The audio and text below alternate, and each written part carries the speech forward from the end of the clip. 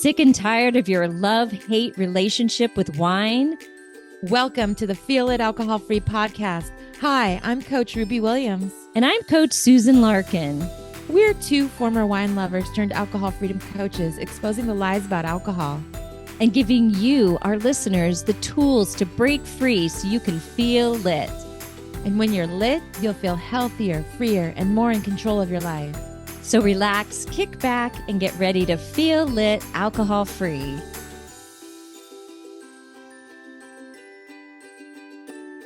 Welcome back to the Feel It Alcohol-Free podcast. We're so excited to have a guest today. Meet Allison Barber. She's a proud St. Louis native and former Division I gymnast. She grew up as the middle sister in a family of swimmers, balancing athletics, academic, and her Christian faith shaped her early years. But later, as a wife, mother of 3 daughters, a dedicated employee to her family business, Allison turned to nightly Chardonnay as an escape from life's demands. Totally relate, until she realized that alcohol was adding to the weight, not lifting it. So after countless attempts to control her drinking, on June 21st, 2020, she took her last drink and discovered life's fullness without alcohol. So I want to welcome you, Allison. Welcome. Thank you. Great to see Yeah. you. Yeah. Would you like to share a little bit about your alcohol-free journey with our listeners? Yeah. And I just want to say thank you for having me on. And it is now such a joy to be able to share my journey. I think that a lot of people end up feeling very alone and stuck. And so I'm just grateful that you guys do this. So my journey, I was a drinker on and off through high school, college, that kind of typical thing. And looking back, I realized I used it as an escape more than I thought. I had high demands and pressures on me as a student athlete. And then through my marriage, once I had kids, it moved from being something I used to celebrate to more of a way to cope. It was just one of the tools I felt like was in my toolbox. I still was exercising regularly, which I knew was healthy and helpful, and trying to eat healthy. You know, I was obviously busy raising kids. And at the end of the day, I felt like it was my reward for all the hard work. And it was a way for me to kind of mark the end of the day and detach and kind of what felt like gain time back and leverage, a little bit of me time. And then that just, when it was going on, it felt like it was actually doing that job. And I think to a degree it was. I feel like when I was drinking, you could kind of slip away a little bit, let the edges get a little fuzzy. It's like, I'm not going to be bothered if, things weren't going quite my way, if the kids weren't going down, or if, that sort of thing. But in time, it ended up feeling like I was playing this, game of chasing my tail, where I feel gross in the morning, feel, headache, and I didn't sleep well. And then I'd get up and I'd exercise. It's like, okay, shake it off. Let's go. We got to go.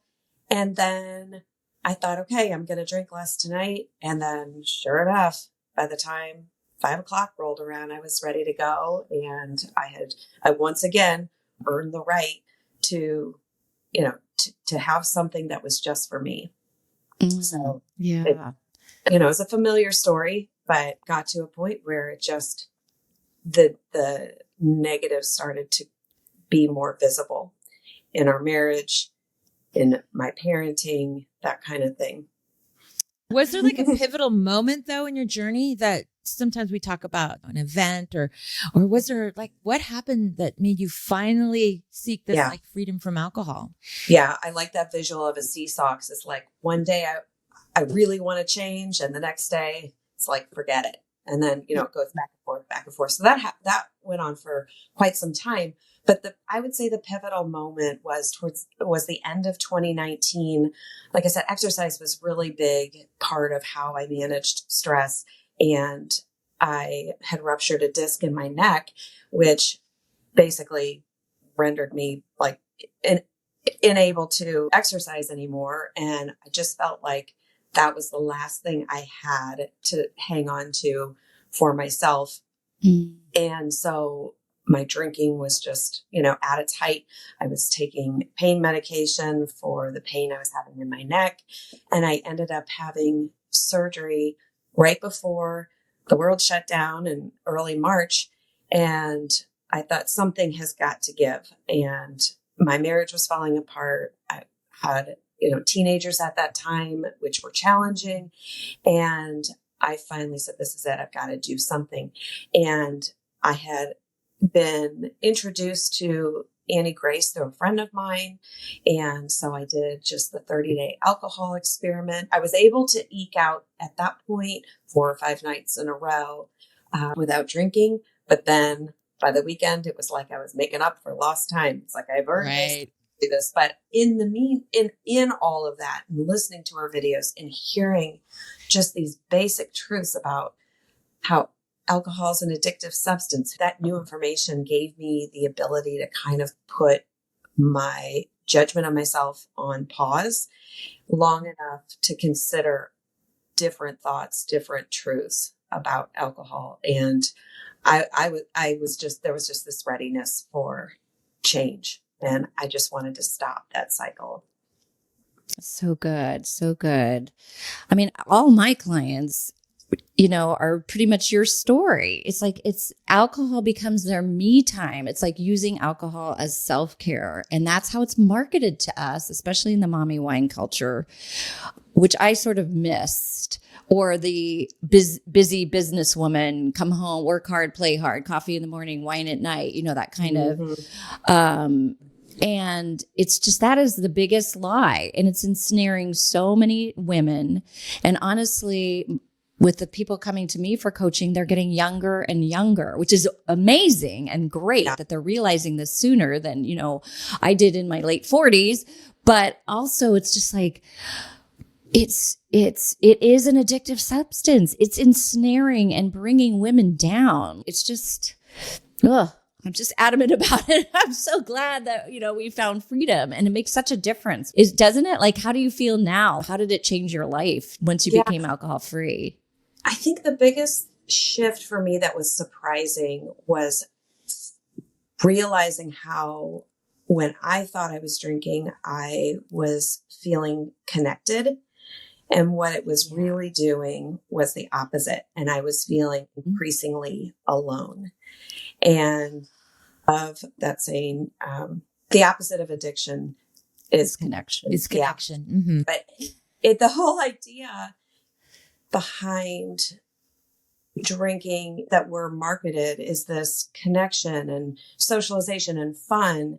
And, there is, I think, some of that, or we wouldn't be doing it. But I think more than that, at the end of the day, I would find myself kind of pulling away and having this disconnect, and then feeling more alone. And what I realized when I stopped drinking is that I was connected back to myself, and that I wasn't abandoning myself any longer, and that I could count on myself. I didn't realize, because other areas of my life looked very put together and very, successful, and whatever, filter I was using.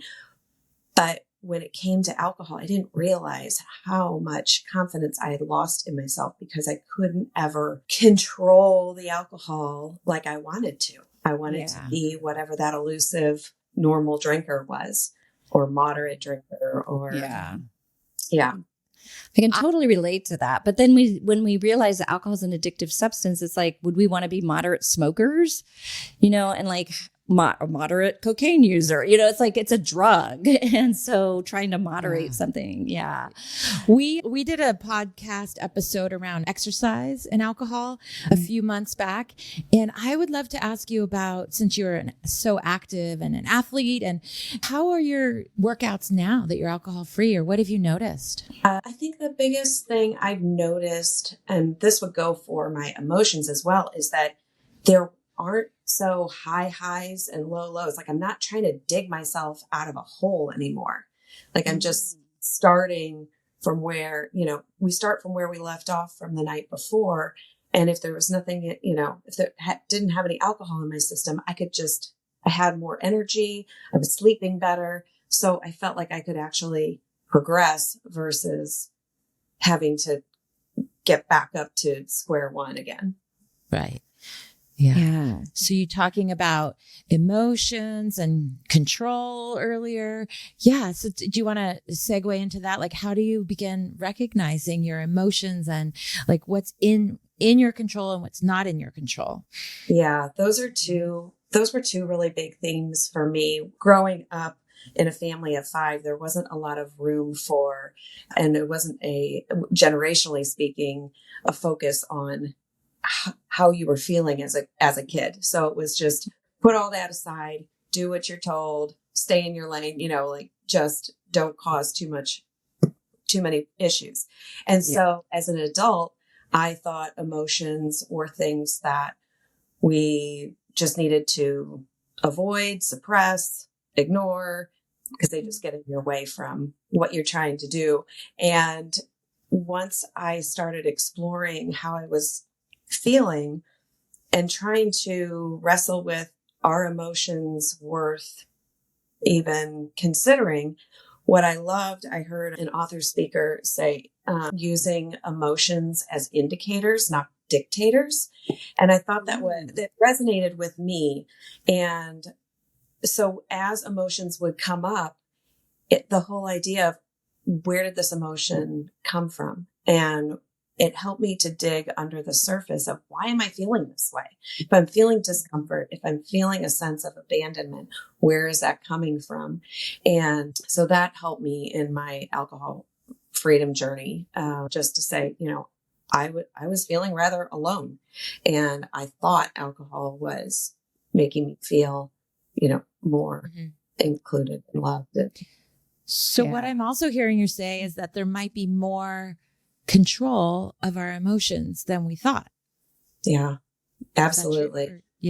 Or even recognizing our emotions instead of drinking over them. That's what I've been talking to my clients a lot about, is how drinking is self-abandonment, to just push that emotion down instead of recognizing it is an indicator. And what is that emotion indicating to me? And what is it, and how can I resource myself in a positive, healthy way versus just pushing that emotion down? Like, you know what I mean? Like being able to express it in a healthy way. Right. And then the flip of that is not allowing it to also control our decisions, and we can recognize them. And I think another thing that was super helpful to me was thinking that emotions, I'm having an emotion, I'm feeling an emotion, but that I'm not the emotion. It's just something that is part of what I'm experiencing, and that it's not going to last forever.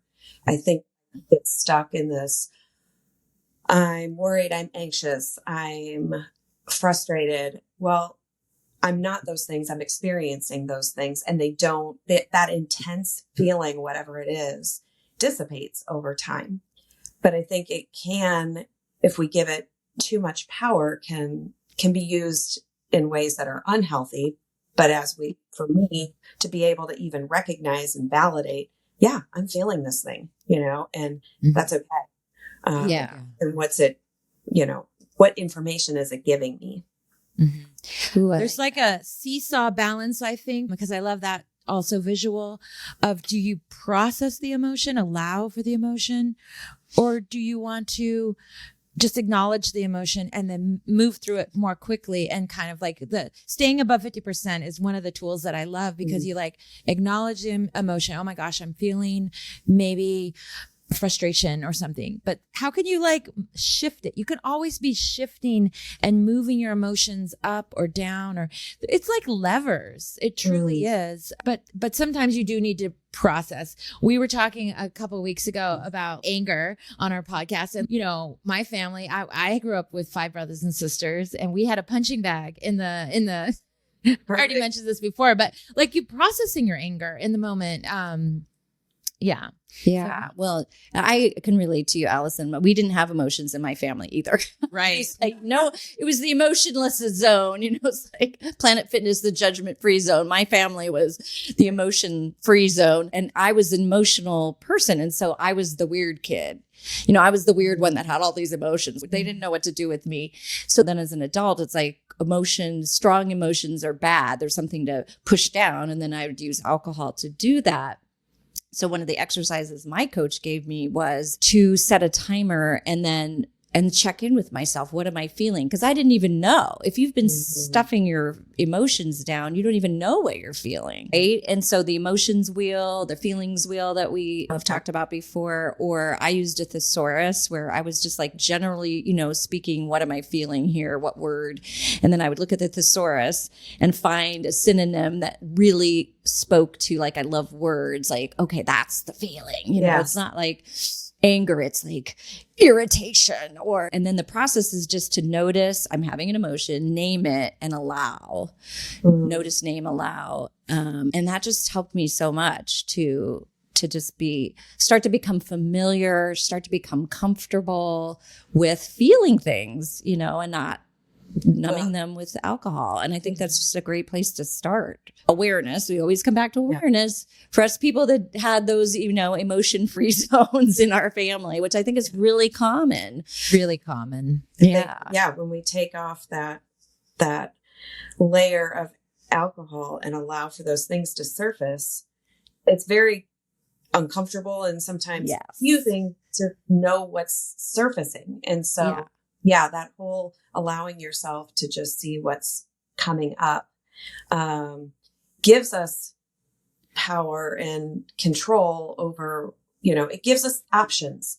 And that for me, when you feel stuck in an alcohol cycle, felt so freeing and so liberating to think, oh my goodness, like I actually have choices here and I'm not stuck anymore. And had mentioned the whole area of control. And it was very easy for me, and still, is a process of, in my marriage, I would very quickly say, well, if he would just do this, or if he would do that, or stop doing this, then and it was always this conditional change. And it wasn't until things were really falling apart that I finally stopped and said, what do I have in my control? Where are the areas that I need to work on? And alcohol was just, it was above and beyond anything else I could think of that I needed to address. And so once I started uncovering that, it's just the more we can take ownership and recognize when our minds go, well, this situation or this is stressful, or the things that are completely outside of us, which are a lot of things, and they're very valid. I mean, we live in a very stressful world. Most of us are under a lot of stress. It needs to go somewhere. And so for me, it was very easy to point the finger. It's very uncomfortable to look at yourself in the mirror, right? So once I started doing that, it just felt like instead of feeling entirely just shameful about my drinking, I was able to see what was I missing out on by having this be so front and center. I called it the third wheel in our marriage.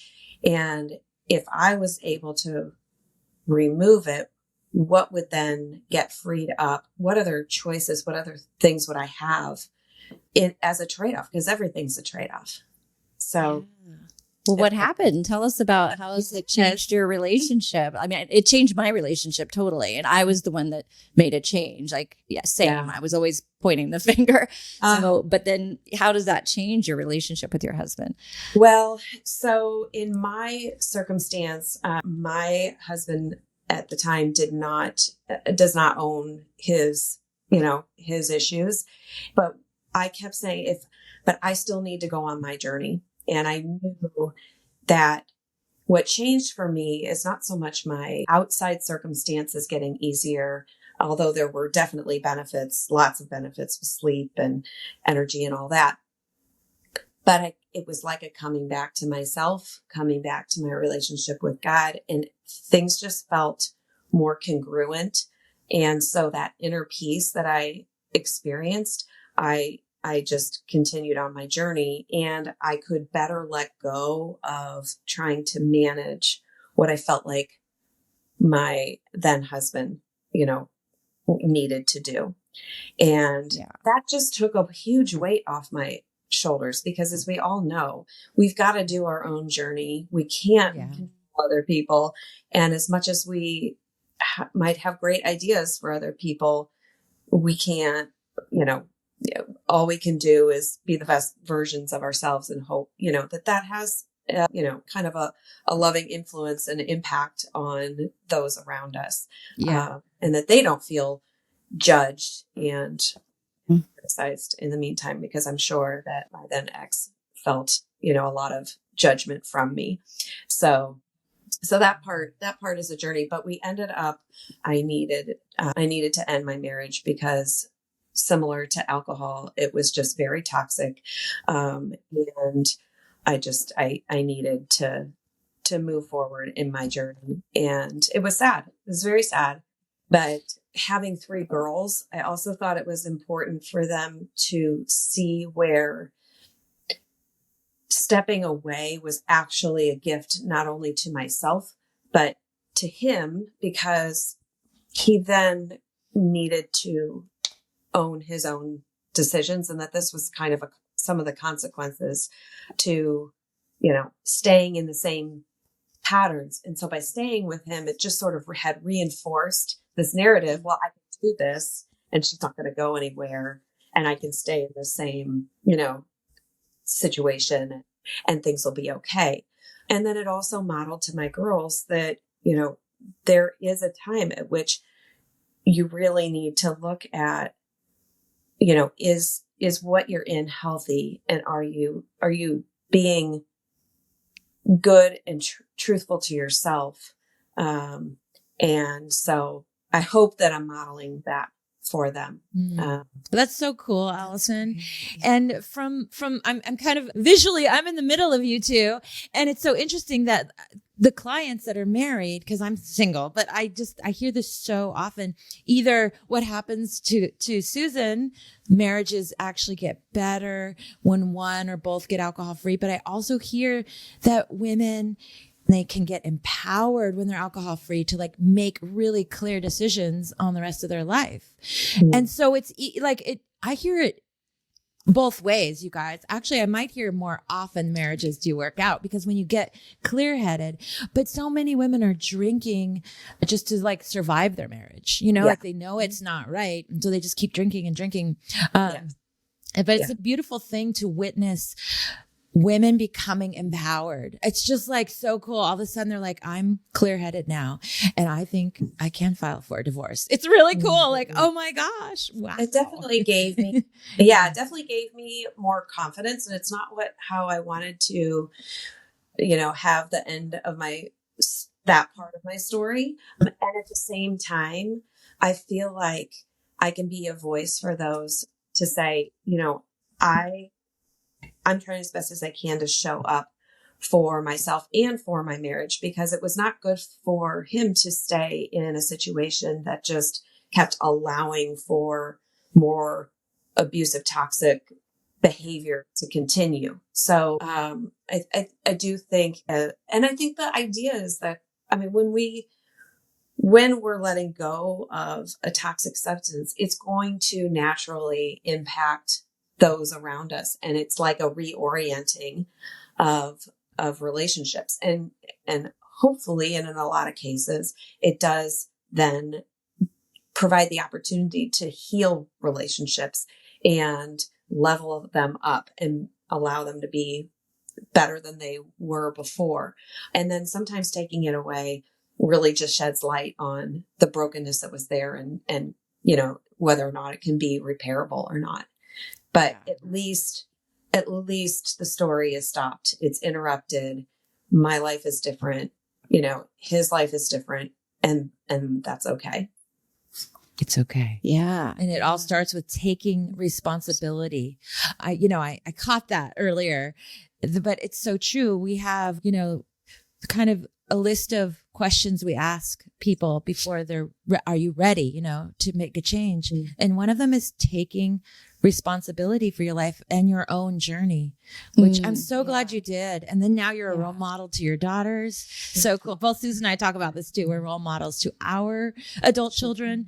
And we can show them that you can have alcohol dependency or some sort of an addiction or some sort of issue and move through it. And change. It really does feel like a privilege to be able to tell a different story. And I remember, running with one of my friends, and I just felt like I'm so sick of hearing myself say the same darn thing every day. Like nothing's changing. What's going to change? And then, the whole litany of ways that, I thought someone else could be, doing things differently. So, or even my own story of, these cyclical patterns that I was struggling interrupting. Yeah. Well, I think we find this a lot with gray area drinkers and I remember feeling the same way, but a client was just saying to me the other day, it would be easier if somebody just told me, like, you need to stop. Right. Like, you need to stop for your kids, or you need to stop for this or that. And I'm like, you know what? It doesn't work. Mm-hmm. You have to stop for you. Exactly. Because we see it with families, like people, keep drinking and of course it would be better for their children and their families if they stopped, but doing it for your family, doing it for someone else is not how it works. You do it for yourself. You take 100% responsibility for doing it for you, and then everyone else benefits from it once you do that. But I don't recognize, for those who might be listening to this and you think, but gosh, I just feel like I'm ready, but I'm not. But then you go back and forth and back and forth. It takes as long as it takes. It took me a long time, but it finally changed and it did work. But there is a sense of, I don't know, we can get discouraged because you think, gosh, am I ever going to get there?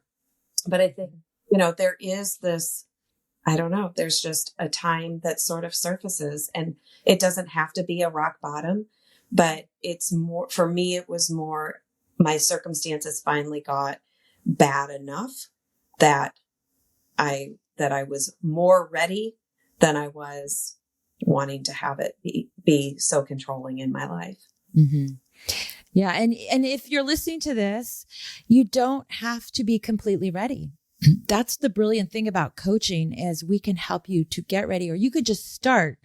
We have this phrase where you, once you make a decision and it's like putting your feet on a moving walkway. You're like, you just let the experience go. And the coaching, we can help you get to taking responsibility. We can help you getting to a hope and, wanting this change. If it's the thing that's keeping you stuck, just like Allison said, you can just make a decision and get started. Take the leap. Take the leap. Yeah. With curiosity, that's where it's like curiosity, experimentation, and we don't say forever. We just say for now. Mm-hmm. And just see how you feel without alcohol in your system, and that experimental mindset. Yeah. It's like making that one big decision to either hire a coach or really just whatever that big decision is. But then you take baby steps to interrupt the change. And it's fascinating to me how quickly you can see benefits. And I think that then reinforces this new story, like, wow, maybe this can work. It gives the hope we have for people, then they can start to have for themselves. Yeah. I can hold your hope. Like, if you don't even have the hope, I can be your hope partner. Yeah. Or we all can.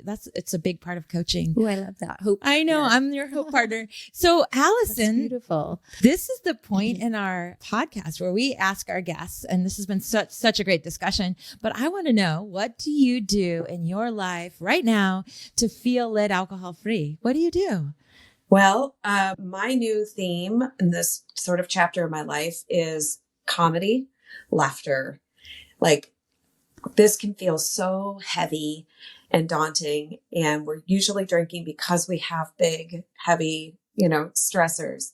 Just remembering to laugh. I've seen a lot of comedians recently, and just lightening up and maybe not taking ourselves quite so seriously, I would say I'm doing.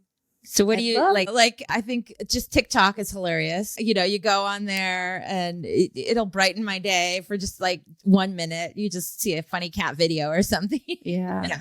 Sometimes we just watch old I Love Lucy episodes just to laugh. She's so funny. Like that was, or we pick a TV, my husband and I, just to relax together, or pick old sitcoms or Schitt's Creek or Modern Family or something, just to watch something that's just like a little funny. Because life can feel so heavy so often. I think it's good to remember to just, take moments to laugh and laugh at yourself. And say laughter is the best medicine. Yeah. And the belly laughs. I remember when I was drinking, I would say I was laughing, but I experienced a different kind of, I call it a belly laugh. Like that laughter that I used to have when I was a kid, it came back when I was alcohol free. And I completely forgot about it. That explosion, that real, feeling of lightness and cracking up. This was my experience of early sobriety and this laughter, right? We're doing this puzzle with my kids and their friend, and like somebody farted. So then we're all laughing. And then somebody put their head down on the table, like they were laughing so hard, and came up and there was like a puzzle piece stuck to their forehead. And then we're all laughing even harder. And like, oh my gosh. So fun. It feels so good to laugh like that we're just laughing so hard. Yeah. And just laughing as a kid was like, we did it all the time. And as adults, we just don't laugh enough, right? Right. Yes. We need to get back to that organic play. Yeah. And you can fake it till you make it. You can just like say, I'm just going to laugh, and like, ha ha ha. And then all of a sudden you're like, right now, I just started to feel that real laughter. I do have a joke. I have a joke. Okay. Is it a clean joke, maybe? It's a clean joke. Of course. Okay. Tell us your joke. Okay. I don't want to brag, but every time I go to the grocery store, I catch the cashier checking me out. There you go. That is very funny. Yeah. Allison, this has been such a pleasure to just have this conversation with you. Spread the word, right? Alcohol freedom is it. It's the life. So where can we, our listeners, find and connect with you and stay connected with you? Well, on Facebook, on Inside Out Freedom, and Instagram. And then my website is theinsideoutfreedom.com. Awesome. So, well, we'll go ahead and put the links in the show notes, of course. So people can find you. Yeah. I love this. It's been awesome. Okay, thank you. Thanks so much for listening to Feel It Alcohol Free Podcast. Do you have a question you'd like us to answer on the show? All you need to do is head over to Apple Podcasts and do 2 simple things. Leave a rating and review telling us what you think of the show. And in that review, ask us any questions you have about breaking free from wine or living an alcohol-free lifestyle. That's it. Then tune in to hear your question answered live. And remember, do something today that will help you feel lit. Don't forget to check out Feel It 21. Your alcohol-free adventure awaits.